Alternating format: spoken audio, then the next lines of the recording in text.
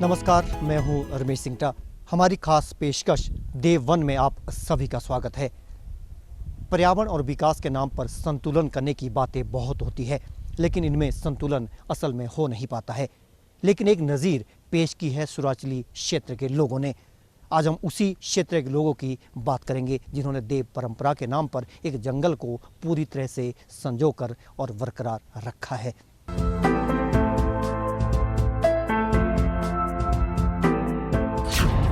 तबाह हो रहा है पर्यावरण, विकास के नाम पर बिगड़ता संतुलन, सरकारी तंत्र नहीं बना पा रहा संतुलन, लेकिन शराचली के लोग बने मिसाल। देवता के नाम पर बचाया है घना जंगल, यहां होती है हरियाली की पूजा। वन को ही धन समझते हैं लोगों ने कायम रखी हैं परंपराएं। युवा पीढ़ी को भी है देव परंपरा पर गर्व। ऐसे वक्त में जब पूरा विश्व वातानुकूलित कमरों में ओजोन परत और पर्यावरण की चिंता कर रहा है, देवभूमि हिमाचल के जुब्बल तहसील के दुर्गम क्षेत्र शराचली में लोग चुपचाप खामोशी के साथ हरियाली की साधना कर रहे हैं।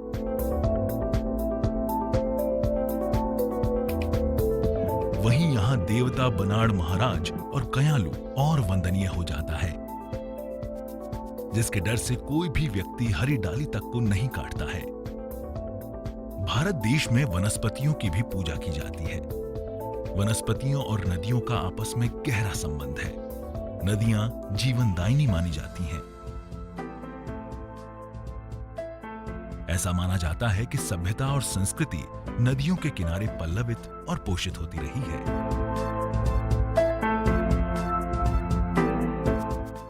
प्राचीन सभ्यता सिंधु घाटी हो या नील घाटी, सबका यही इतिहास रहा है।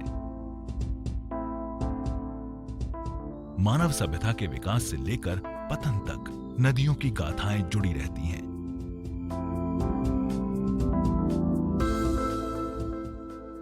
बड़े बड़े साम्राज्यों का उदय नदियों के किनारे हुआ, वहीं से इनका विस्तार होता रहा।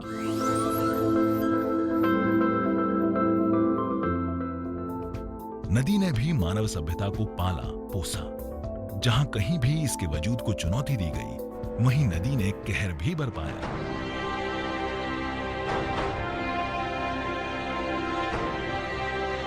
देवभूमि हिमाचल को ही ले लीजिए। हाल ही में कुदरत ने धर्मपुर में बड़ा कहर बरपाया था। प्रदेश में कई जगहों पर बादल फटे, तबाही का मंजर आया। कुदरत ने साफ संदेश दिया, पर्यावरण और प्रकृति से छेड़छाड़ मत करो, वरना खामियाजा भुगतने को तैयार रहो।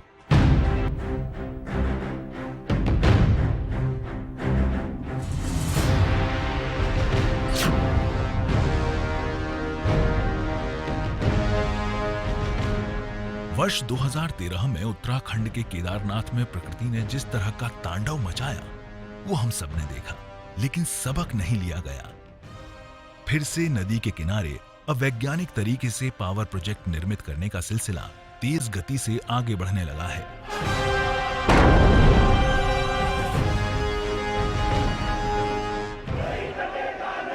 वन संरक्षण केवल नारों तक सीमित रह जाता है। वनों का चारों ओर अंधाधुंध कटान हो रहा है, वो भी विकास के नाम पर।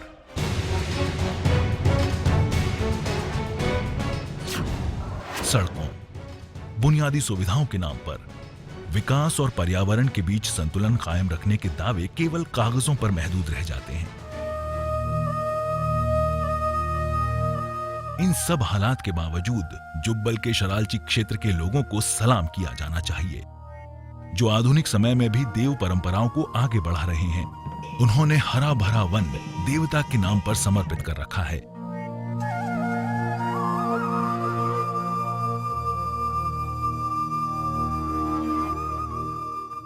ये देव परंपराएं बिना सरकारी प्रयास के, बगैर विज्ञापनों के, जल, जंगल और जमीन बचाने की जद्दोजहद में लगी हैं।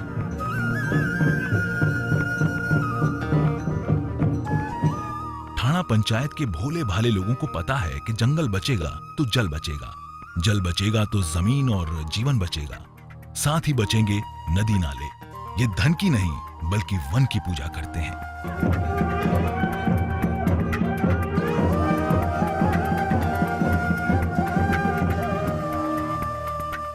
महाराज बनाड़ देवता की शक्ति से ये लड़ाई झगड़े में कम ही उलझते हैं। यूं तो मनुष्य जन्म से ही ईर्ष्यालु होता है, लेकिन जहां देव कारज की बात आती है वहां सभी ग्रामीण अपने आप को एक सूत्र में पिरो लेते हैं।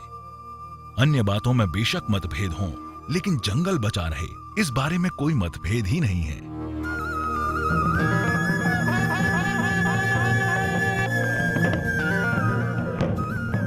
हर घर से लोग घी और दूध और आटा लाते हैं, गुड़ लाते हैं। इसका हमारे को देवी का आशीर्वाद मिलता है। देवी माता हमारी रक्षा करती है और हम इसको दुख सुख में ये हमारा सहयोग देती है देवी माता। कीड़े लगते हैं और मशाल जलती है और वो बनता है, लंगर बनता है बड़ा भारी। सब लोग इलाके के यहीं खाना खाते हैं। आज 21वीं सदी में है, जब हम ये मानते हैं कि वैज्ञानिक युग है, लोगों का बौद्धिक विकास हो रहा है, शिक्षा का प्रसार हो रहा है, लेकिन जैसे जैसे डेवलपमेंट होती है, शिक्षा का प्रसार होता है, लोग हमेशा बेटरमेंट की ओर जाता है। लेकिन हमेशा हमारे जो रीति रिवाज होते हैं, कस्टम जो होते हैं, वो रिलेटेड होते हैं किसी न किसी आस्था से। तो हमारा ये सुराचली का जो क्षेत्र है, इस पर हमारे महाराज देवता बनाड़ देवता देशमौली और क्यालू महाराज को, इनको यहाँ पर विष्णु और शिव के रूप में यहाँ पर पूजा जाता है। पुराणों में भी वर्णन है कि अगर व्यक्ति एक पौधा लगाता है और जब वो बढ़कर वृक्ष बनता है तो इसे रोपने वाले को मोक्ष की प्राप्ति होती है। वृक्ष की सेवा करना भी मानवता की सेवा करना ही माना जाता है। वन से पर्यावरण तो बचता ही है, वन्य प्राणी और जीवों को भी आश्रय मिलता है।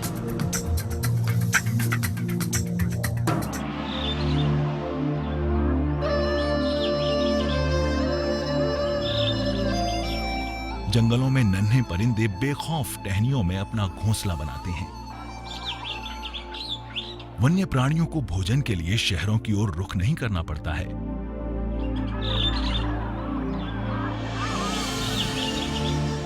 वन संरक्षण से हिमाचल की उस बड़ी समस्या का भी समाधान निहित है, जिससे 12 लाख किसान प्रभावित हैं। वन होंगे तो जंगली जानवर किसानों के खेत खलिहान नहीं उजाड़ेंगे। इसके साथ ही पारिस्थितिकीय संतुलन भी बना रहेगा। जब कोई एक पेड़ बचाता है तो कई समस्याओं का समाधान भी साथ में हो जाता है। इसी सोच के साथ देवता बनाड़ और क्यालू का देव वन आज तक बचा रहा है। देवता के नैतिक भय के चलते इस पर कब्जा करने का कोई दुस्साहस नहीं जुटा पाता है। ऐसे में जब ऊपरी शिमला में कई जगहों पर रसूखदारों ने जंगल काटकर वहां पर सेब के बागीचे खड़े किए, क्यालू देवता के जंगल से वाकई सीख लेने की जरूरत है।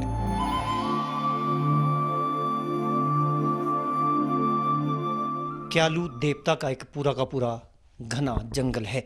उस जंगल को कैसे लोगों ने बचाया है, कैसे उसका संरक्षण किया है, इसी मुद्दे पर आज हमारे साथ बातचीत करने के लिए मौजूद है इस गांव के बुजुर्ग व्यक्ति, और इनकी उम्र लगभग 81 साल है। इनको पूरा वहाँ का इतिहास मालूम है, किस संदर्भ में आज लोगों ने इस जंगल को बचा के रखा है। मोहनलाल जी, आपका ईटीवी में स्वागत है। पहले आप ये बताओ, उस मंदिर का इतिहास है क्या? दरअसल जी ये तो एक आदि शक्ति पीठ है। बड़ा मुश्किल है ऐसा बताना। यहाँ 1981-82 में शिव पुराण हुआ था। उस वक्त कुछ प्रसंग आया था कि ये 12 शिवलिंगों में से एक है दारू का बन में, तो ऐसा ही है। लेकिन ये हम लोगों की इतनी प्रगाढ़ आस्था है इस देवते पर कि इसकी डर की वजह से ये जो सारा जंगल है ये अभी तक बचा हुआ है। लोगों ने आज के मौजूदा संदर्भ में, जबकि अंधाधुंध कटान पेड़ों का हो रहा है, लोगों ने ये जंगल बचा के कैसे रखा है? ये इसके लिए तो ये देवता महाराज ही जिम्मेदार है। क्यों? इनसे डरते थे लोग, इनकी बड़ी भारी आस्था है। इसको हम गुरु घर कहते हैं, क्या जगह को। इस वजह से जो है लोग इसको छूते भी नहीं थे, करते भी नहीं थे इसको।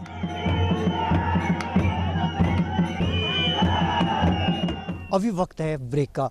ब्रेक के बाद भी हमारा खास कार्यक्रम जारी रहेगा। आप देखते रहिए ईटीवी न्यूज़ चैनल।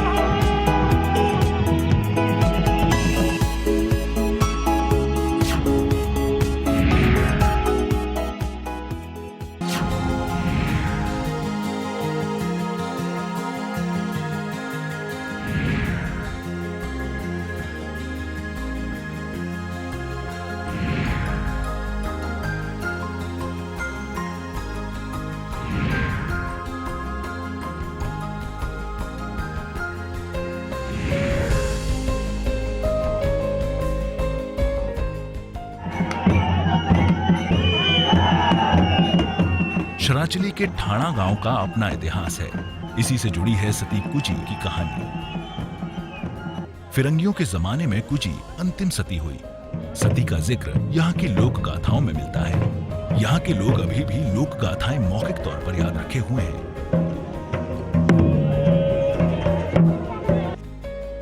आइए आपको कुजी की गाथा स्थानीय व्यक्ति की जुबानी सुनाते हैं।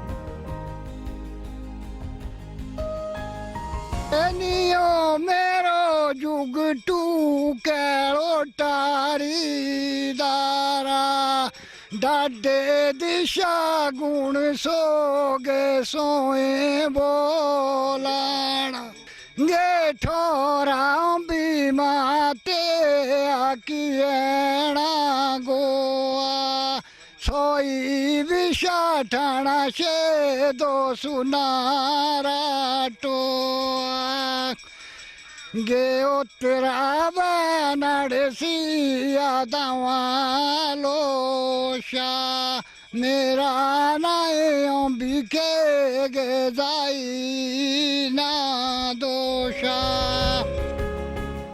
इसी गाथा का हिंदी में रूपांतरण ठाणा के ही एक व्यक्ति ने किया। इनके मुताबिक कुजी जिंदा जली तो केवल और केवल अपने पति के प्यार में। कईयों ने इस पर एतराज जताया, मगर कुची के हट के आगे किसी की एक न चली। जो अभी इन्होंने ये सुनाया है, ये गाना यहाँ का एक हकीकत है। इसमें एक अम्बी नाम का एक व्यक्ति था और उनकी मैरिज जो है भोलाड गांव से थी और उन दोनों का मियाँ बीवी का इतना आपस में प्रेम था कि वो जो है एक दूसरे के बगैर नहीं रह सकते थे। जब फिरंगी किसी कारणवश बीमार हो गया और उसको लगा कि भाई वो अब रह नहीं पाएगा, तो उस समय की ये वारदात है, उस समय का ये गाना है। और वहाँ पर एक ऐसी परिस्थिति पैदा हुई कि अम्बी तो बीमार था ही, लेकिन उनके साथ साथ उनकी पत्नी जो है कुजी के नाम से, जिसका ये भारत यहाँ गाई गई है, कुजी नाम की जो औरत थी, उसने भी एक संकल्प लिया कि मैं जो है अपने पति के साथ साथ मरना चाहूँगी और मैं भी ज़िंदा रहना नहीं चाहूँगी। जिस पर कई तरह के विवाद हुए। पहले तो यहाँ पर जो है ये अम्बी नाम के व्यक्ति को, जैसे कि हमारी एक प्रथा है, देवनीति है कि उन्होंने अपने देवी देवताओं को पूछा। यहाँ पर सबसे बड़ा देवता जो हमारा है देवता महाराज बनाड़ है। यहाँ जो शक्ति उस समय लाई गई वो शीतला माता है और यहाँ जहाँ हम जिस स्थान पर खड़े हैं ये भगवती माता है। तो इनसे पूछा गया कि जैसी हमारी पारंपरिक एक रही है कि इनको क्या हो गया। तो उन्होंने इस गाने में ये कहा गया है कि पूछे जाने पर उन्होंने कहा कि हमारा इसमें कोई दोष नहीं है, दैविक दोष नहीं है, कोई इस तरह की बात नहीं है, ये तो इनका अपना वापसी वो है। तो उस पर जो है कुजी ने ठान ली कि मैं इनके साथ जो है जिंदा जल जाऊंगी। जिस पर कई तरह की समस्या आई। इधर भोलाड वाले जो उसके मायके वाले थे उनके भी कुछ ऐतराज़ होने लगे, सरकार की तरफ से कुछ ऐतराज़ होने लगे। उसके बावजूद भी, इतने बड़े उस होने के बावजूद कुजी ने ये फैसला नहीं टाला और सारे पहले अपने आप एक यहाँ हमारी धार है, कलोट धार है पार, जहाँ से भोलाड भी नज़र आती है, वहाँ पर अपना जुगटू या अपना जो भी था वो वहाँ ले जाने को कहा ताकि ठाणा और भोलाड दोनों दिखे। उसका कहने का तात्पर्य था कि मैं एक मैसेज देना चाहती हूँ कि मेरे साथ कोई इस तरह का ऐसी कोई ज़ोर ज़बरदस्ती नहीं हो रही है कि किसी के द्वारा मेरे को वो किया जा रहा है कि तुझे मरना है। मैं ये बताना चाह रही हूँ मैं अपने मायके वालों को और जहाँ मैं शादी कर रही हूँ कि अपनी खुशी से, अपनी मर्जी से मैं जल रही हूँ और ज़िंदा, वो भी इसलिए कि मेरा प्यार इतना अथक है कि मैं इसके बगैर जिंदा नहीं रह पाऊंगी।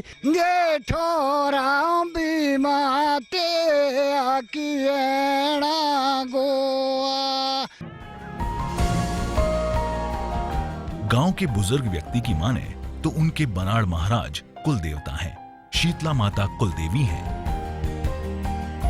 जो हमारा कुल देवता है देवता बनाड़, उसकी जो मतलब जब उत्पत्ति उसकी हुई है बनाड़ की, तो उसने पहले मतलब ठाकुर जो रहता था वहाँ कोटी स्थान में, उस पर मतलब उसने कब्जा किया। फिर वहाँ उसका था, वो था कोटी का शुरू के नाम से देवते बनाड़ ने इसका नाम रखा श्राचली।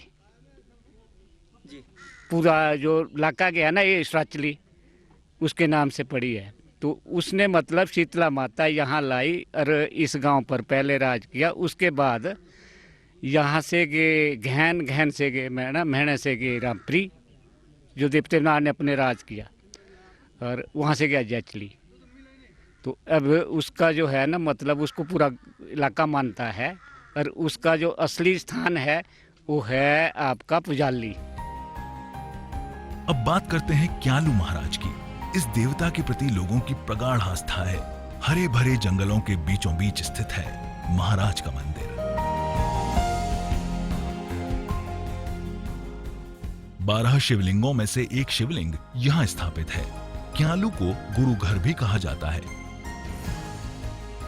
यहाँ आकर सचमुच में सुकून मिलता है।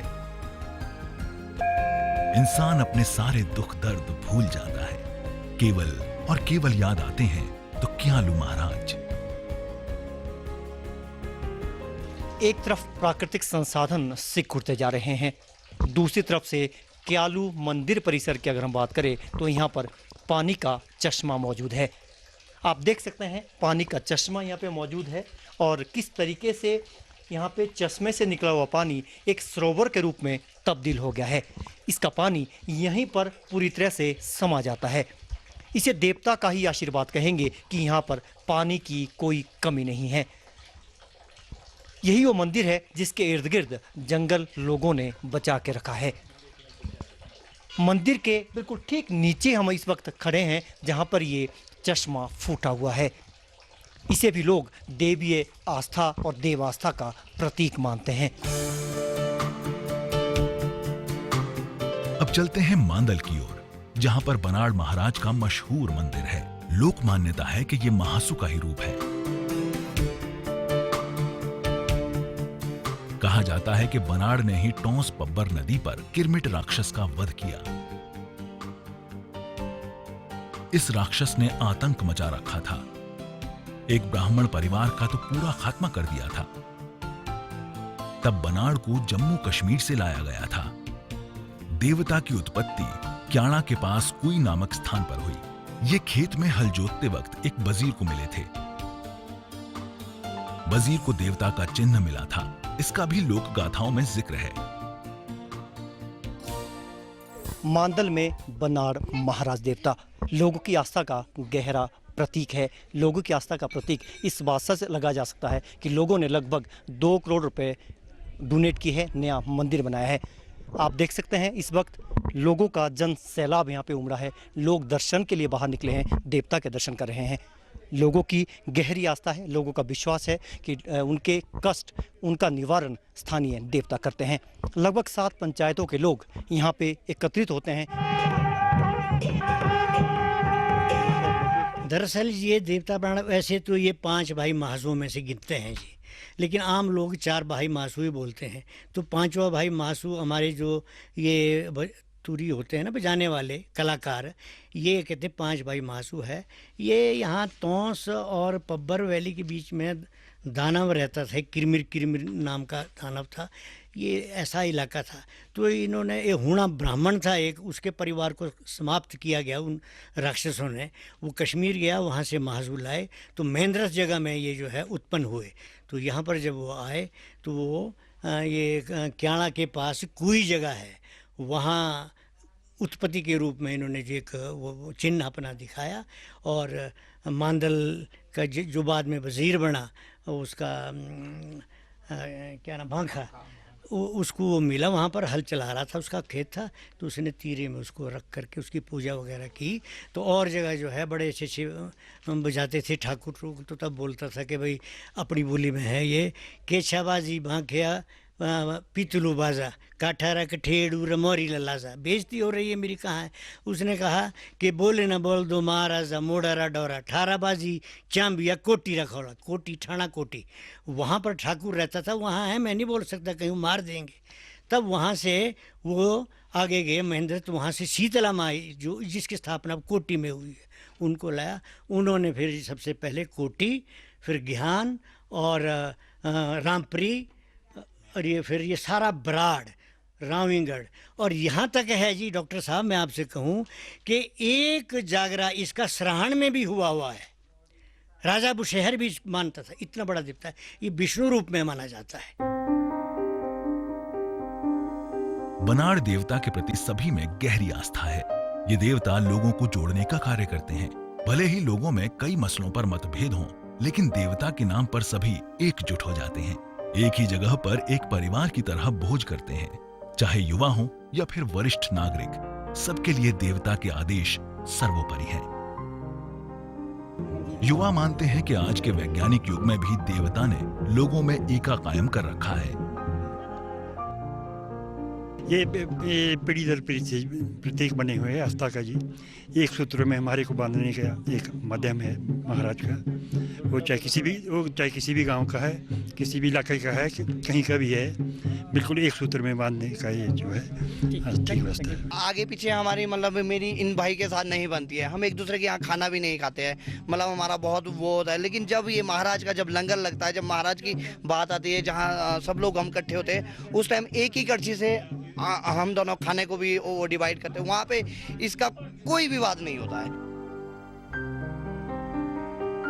अब बनाड़ महाराज का नया मंदिर भी बनकर तैयार हो गया है। इस पर करीब 2 करोड़ की लागत आई है। लोगों ने 1.5 करोड़ खुद एकत्र किया है, जबकि 50 लाख रुपए देवता के खजाने से खर्च किए गए हैं।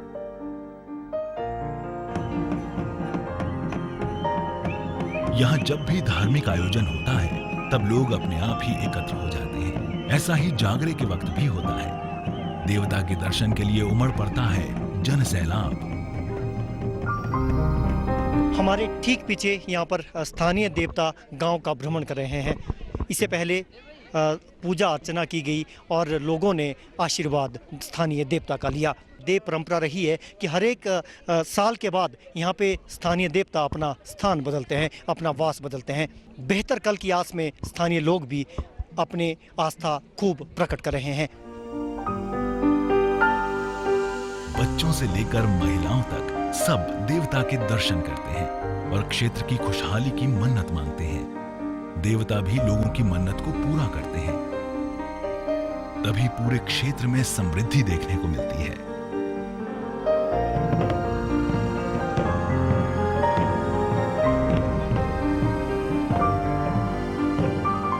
खास कार्यक्रम में आज इतना ही।